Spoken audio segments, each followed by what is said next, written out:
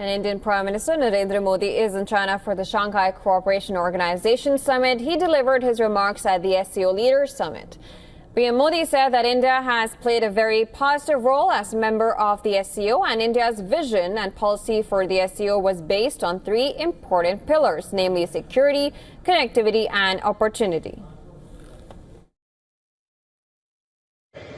SCO को लेकर भारत की सोच और नीति तीन मुख्य स्तंभों पर आधारित है।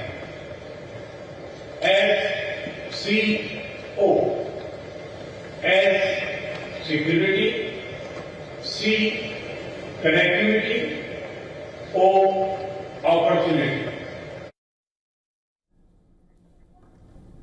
President Xi Jinping, in his opening remarks, said that SCO had grown into the world's largest regional organization. He added that with the participation of 26 countries, cooperation covering over 50 areas and combined with an economic output of nearly $30 trillion, its international influence and appeal was increasing day by day.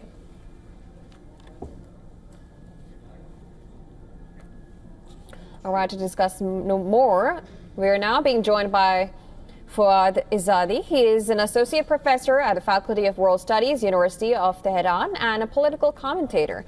Thank you so much for joining us on the broadcast. Thank you. Well, let's begin now. Iran is fairly a new member of the Shanghai Cooperation Organization, joined in 2023. How do you analyze its role in this organization considering the current global scenario? You know, we are moving towards a multipolar world. We have some countries like India, for example, that like to be in both worlds, would like to have good relations both with the Western world and the non-Western world. And we have seen what the U.S. government is doing to India, putting a 50% tariff on Indian goods just because India wants to have normal relations with Russia as well and have normal trade relations. So the Western world is in decline. The United States is a country in decline, and they used to punish other countries in terms of colonialism, neocolonialism. Now they are punishing their friends and punishing countries that want to have normal relations with them. Given these facts, I think what you see in China today represents a new era for countries that want to be independent, for countries that don't want to be bullied by the West. They are gathering, they are coordinating, they are having normal trade relations, and they are not letting the Western world to use this device of divide and conquer.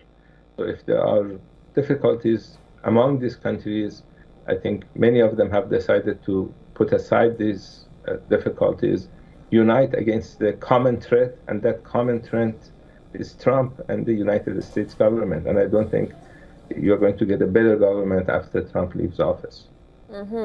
Now, of course, we also are looking forward for the Iranian president who will be meeting Russian President Putin. And of course, there is a lot of background to that. European leaders have also warned of snapback sanctions. Now, in the context of Iran's nuclear ambitions, and that probably would be one of the topics that both the leaders talk about in their summit. Do you think that Iran will actually raise this issue at the SCO Summit, and what kind of analysis do you get from that? As you said, Iran was attacked about 2 months ago in the middle of negotiations with the other side. That's why you shouldn't trust the Western governments. Iran was negotiating with the United States. The attacks on Iran came 2 days before the next round of negotiations. We had over 1,000 civilian casualties. We had high-ranking military officials, scientists assassinated. And this is going to be an issue that Iranian president is going to share with other leaders that are attending the summit in China today. The United States has been trying to put a lot of economic sanctions on Iran. And these more independent countries in the world have realized that if the United States is able to get away with their crimes against Iran, they will be next. So everybody in the world has a stake to make sure that the U.S. doesn't succeed in their military and economic warfare against Iran.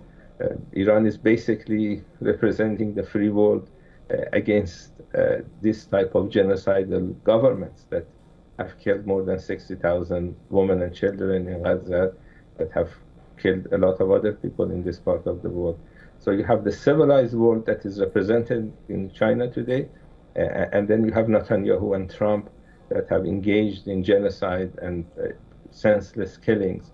And I think the people of the world will decide which side is the side that the history will look upon in a positive manner. Most of the people in the world actually live in countries that are members of the Shanghai Cooperation Organization, and they are on the right side of history when it comes to what has been done in the world in the last number of years.